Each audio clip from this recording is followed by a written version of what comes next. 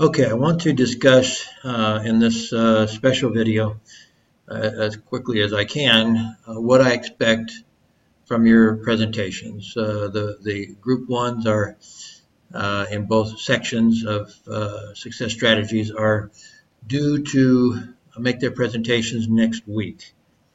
And so we have not really talked in a lot of detail. A lot of people have come up and asked me personally, or a lot of groups and individuals have talked to me personally about it, but I have not really explained in very much detail to the whole class. And so I'm making this video so that those who are coming up can watch this and prepare better for their presentation. And those who come later can still watch this at the appropriate time, maybe not this week, but later, and how to do better with their presentation. First off, let me explain. You have 20 or 30 minutes, 30 maximum. You won't be penalized if you go to 30, and you won't be penalized if you go a little bit under 20. But I'd say it's kind of hard to cover a chapter in less than 20 minutes. So I should really say it's 20 to 30 minutes, but don't go over 30 minutes. I would urge you as a team, each team, to have everybody skim your assigned chapter and get an idea of what's there and what's interesting. Read enough, skim enough, read enough that you have a fairly good idea what you think people in the class might be interested in hearing. As I told one group today, if you put people to sleep, that's going to hurt your grade. And that's not too hard to do. I do it regularly. And so do your best to keep people interested. And that's in part by what topics you select to present. You do not have to present everything in a chapter.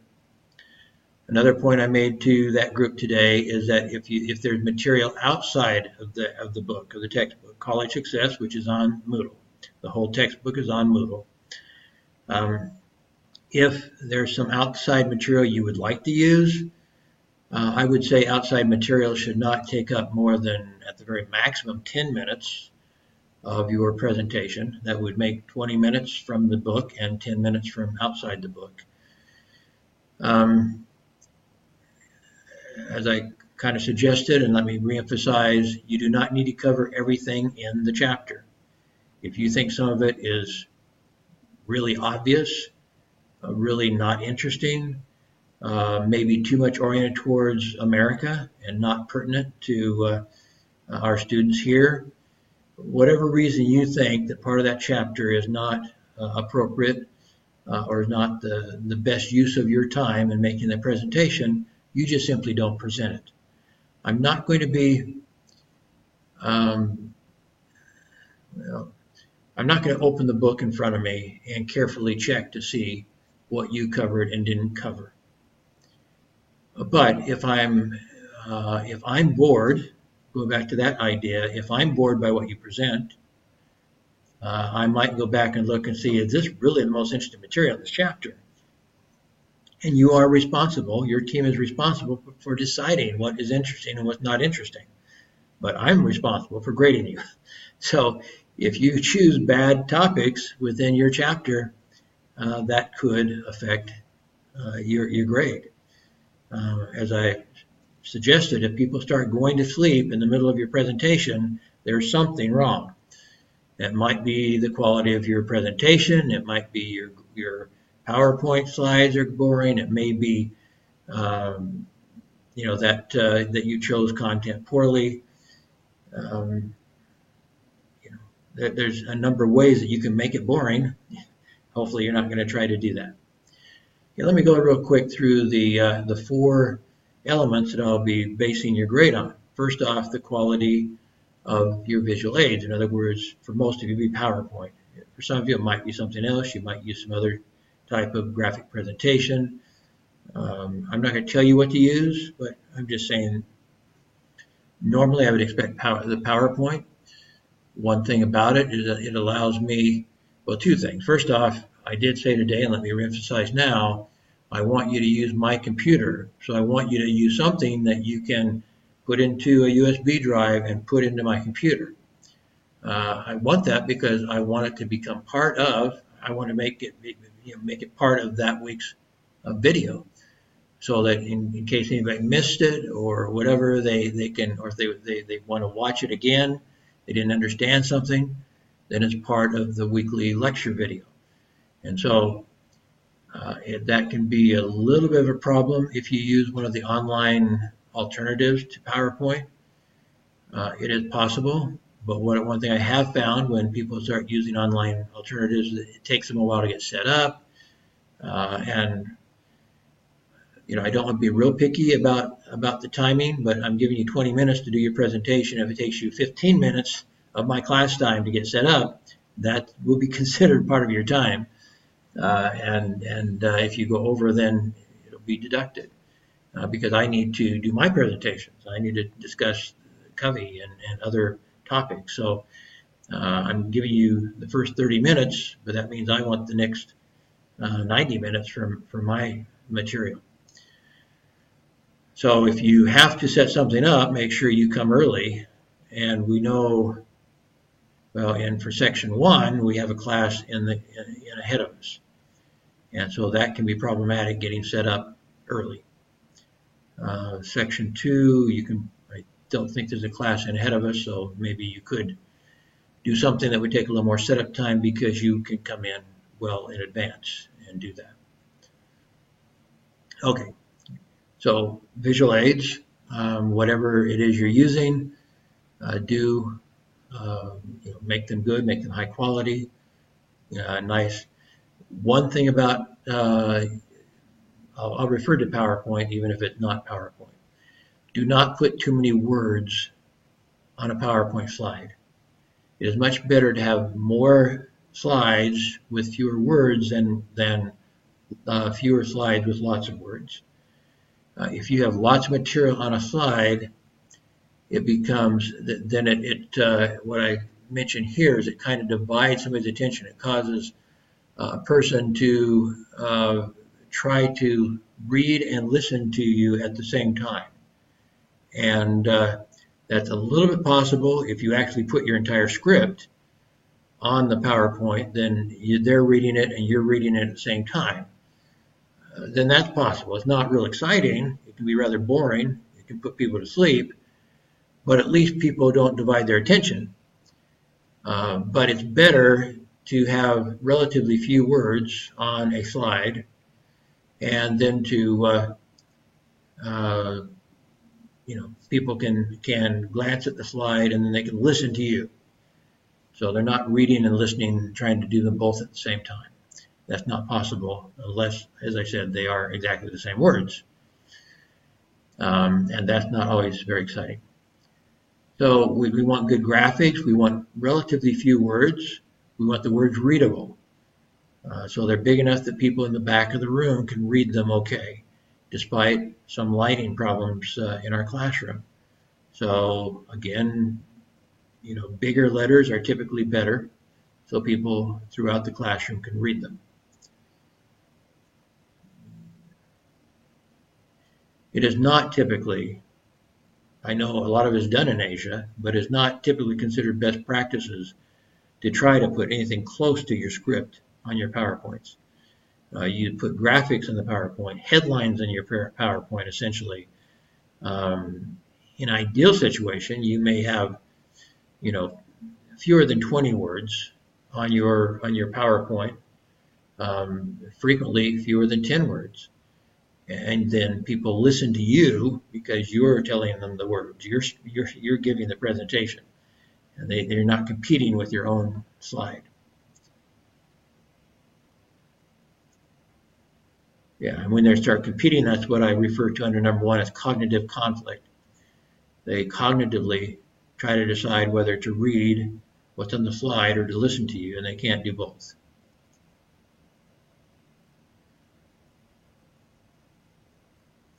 Okay, you can read this on your own. This is actually, I'm video recording this right off of our Moodle site, so it's at the top of our Moodle page. Let me scroll up a little bit so that item 2 is at the top. Okay, so high quality contents. Did you cover the topic adequately? Giving emphasis to the key points and not giving so much detail that listeners could not digest it all. Was it accurate, complete, coherent, smooth, and relevant to the audience? Did it flow well and link ideas with a unifying theme? So again, this goes back to the idea, you do not need to cover everything. You don't need to cover every detail. Make it interesting. And so choose the best ideas and share those. Then as bullet points, enlighten listeners with the best, most important, most interesting information. Eliminate unnecessary and uninteresting information. Exhibit graphic illustrations to enhance visual learners' understanding. Exemplify concepts with appropriate examples that epitomize the idea. Examine contrasting concepts. Something that was taught to me when I was basically your age, a couple of years older maybe, in an education class, was that there's for somebody to truly understand something, they need four things.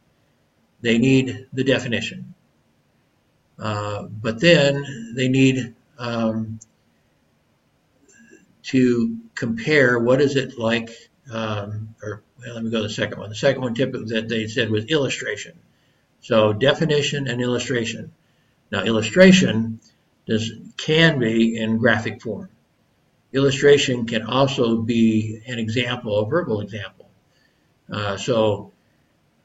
If I were talking about media management, for example, I could explain something that happened in my career. Today in my success strategies class, we were talking about stepping stones, and so I was explaining what occurred when I was a consultant to the migrant education program in the Department of Education, and specifically the migrant education program in Washington State. That we had a special program that we called the Migrant Student Leadership Program, in which we were able to help students to understand the stepping stones they would need to take to achieve a successful life, to get a college education, to become a professional, not keep working in the fields like their parents were doing, for example. And so with that explanation, they went from the average for a migrant student is only about half of them graduate from high school, and very few go to college. But once they take our conference, our 3-day conference, 80% of them graduate, so only 20% of them don't, and most of them go to college. And so that was my example of stepping stone goals that I explained to students. So that's illustration. Okay, that's a verbal illustration, not a graphic illustration. Both can be helpful. The third item is then, third and fourth kind of go together, compare and contrast. So you can compare a concept to something similar, and you can contrast it with something basically opposite. And so it's define, illustrate, compare, and contrast are the four items. Now, I'm not saying you need to do that for every concept you teach us, but I'm saying that's in education, that's what they teach us. You need to have to fully comprehend a concept. And so that's kind of what I'm suggesting under high quality contents is, to first off, make it clear what you're talking about. Illustrate it, exemplify it would be compare and contrast. That would be part of that. It said the last one there is examine contrasting concepts. So exemplifying would be kind of comparing, or also verbal illustration. So exhibit is graphic illustration. Exemplify is kind of verbal illustration, but could also be part of comparing it to what it's like. And then examine contrasting concepts. The third item here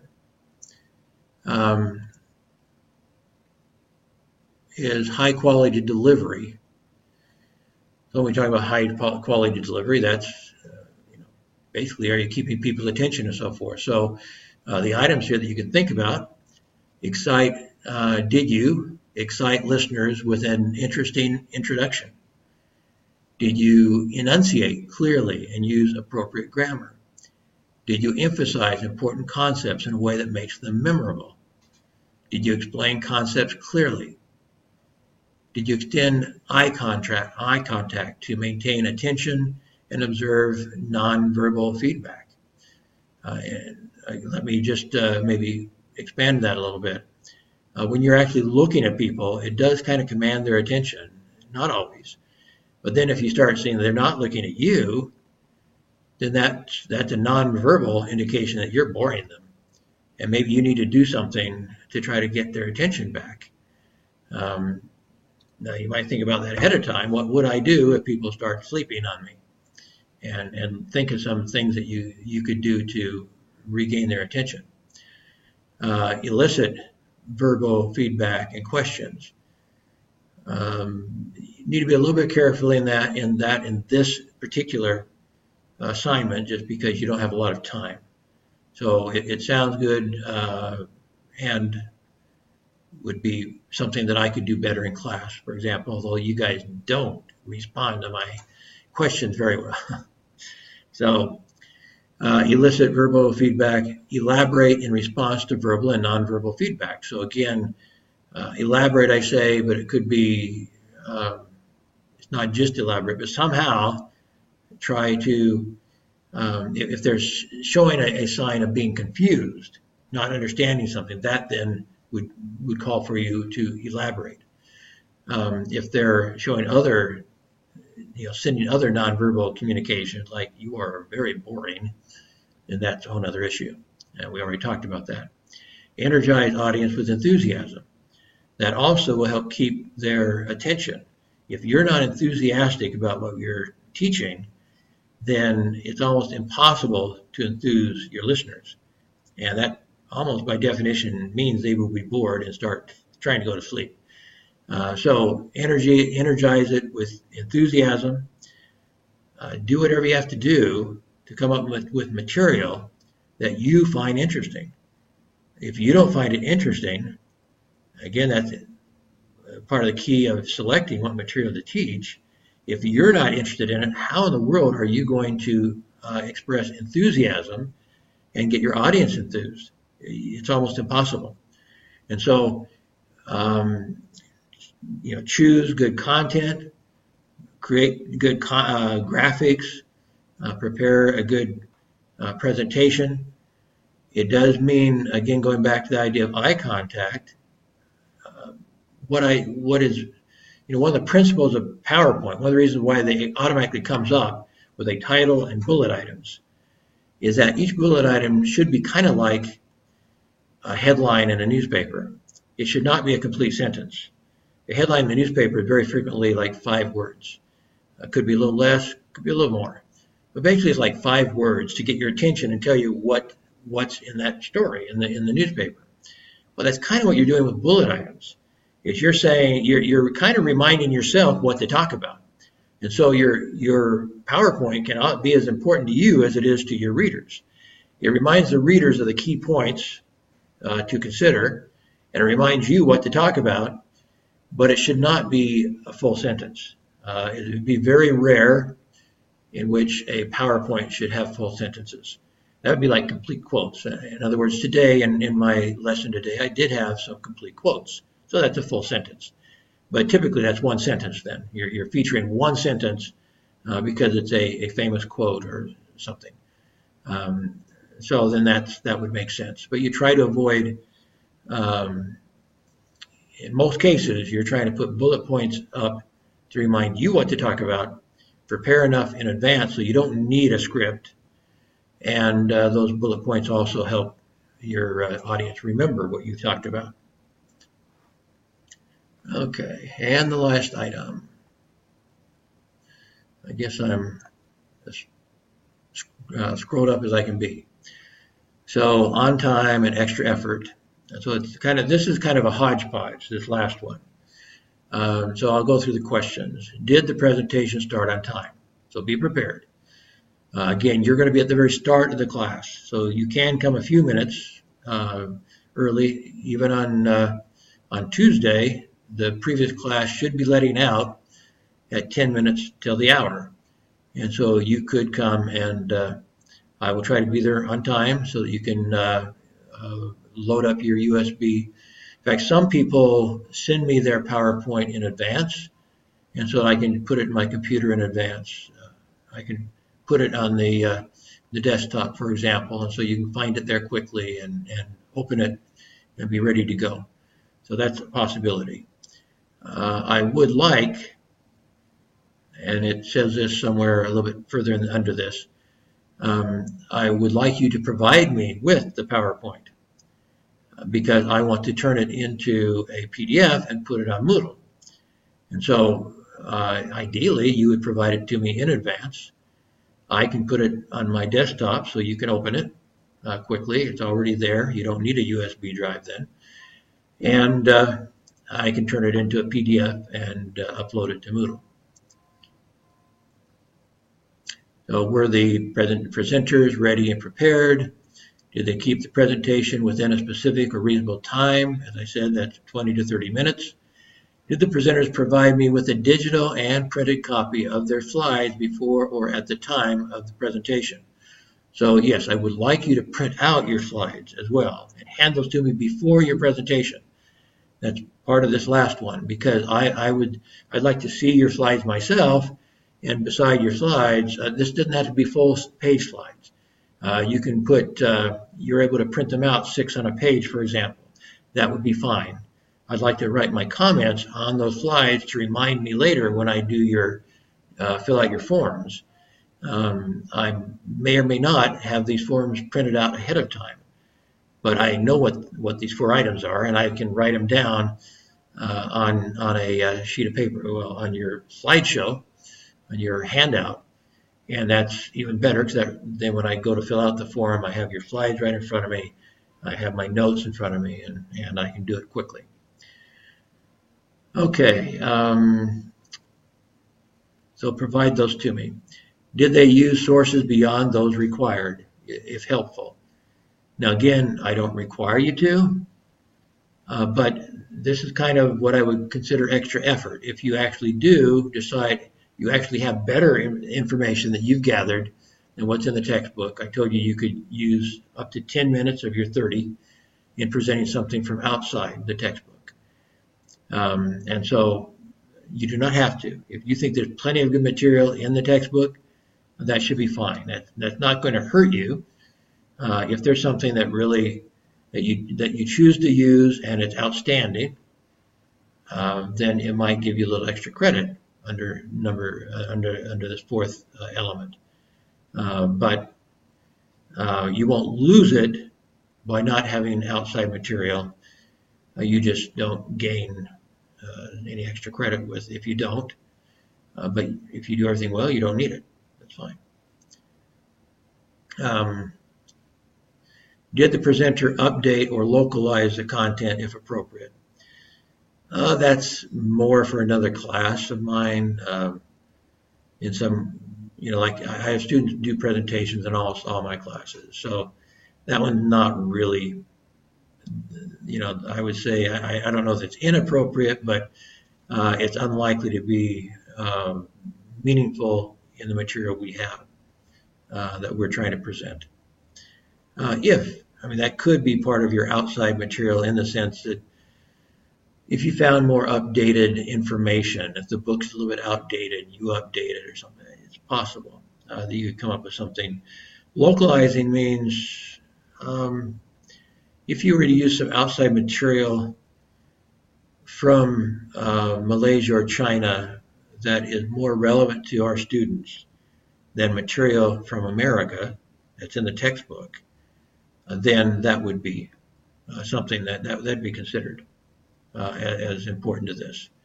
There are some chapters, even some that I've tried to eliminate altogether because I just think they're too Americanized for our students here. So, but you may find some other items in the chapters that we have remaining that are not really pertinent to our student population, and you could find something to replace it with. Were innovative techniques used effectively to enhance the presentation? Again, this would be in the area of extra credit if it really adds to it. So, don't just do other stuff. Like I said, the online presentation programs, those can hurt you or help you. If you're really well prepared and you really use an online program very effectively and you don't lose time with it and so forth, then that could be considered a little extra credit with this. But you run a chance of having it backfire and end up costing you points. So you can, if you do everything else well, this is not important to you in order to get an A. And then the last thing here is you should have your last slide or last several slides. Perhaps you might have multiple slides. You should have, I would like you to create multiple choice questions to review with the students. You don't have to take a lot of time with it, but it might be 3 or 4 questions you put up there. I'd probably edge towards 4 questions. It could be in one slide. Again, it could be in 4 separate slides. And just a way of reviewing. And I could take those slides and actually put them into the quiz, into the weekly quiz. So there's a couple of reasons why I want you to do this. But anyway, so that is something that I definitely want you to do. So that's not an extra credit thing. That's that's what I expect you to do in your presentation. Okay. So I've reviewed that. I think I've gone over everything I absolutely need to go over with you. If you have any questions, please don't hesitate to ask. The best time is at the beginning of class before I've started my presentation, or at the very end when I have finished my presentation. Then raise your hand immediately. Now, a lot of you come up and ask me privately questions that I would like to answer to the whole class, but you come up after the whole class is over, so then I can't. So it really is doing everybody a favor if you ask your question in class, so I can answer it for everybody. So that's my preference. If you want to please the professor, that's how you do it. Now, am I willing to answer your questions afterwards? Sure, no problem. I don't take down names. I don't punish you for it. But I'm happier if you ask the questions during class, whether one end or the other, especially at the start or at the end, when I can go ahead and keep the recorder on so that it will remind anybody that watches the video, and everybody can hear my response to it. Okay, well, I'm going to stop there, and I hope that will help you with your presentations.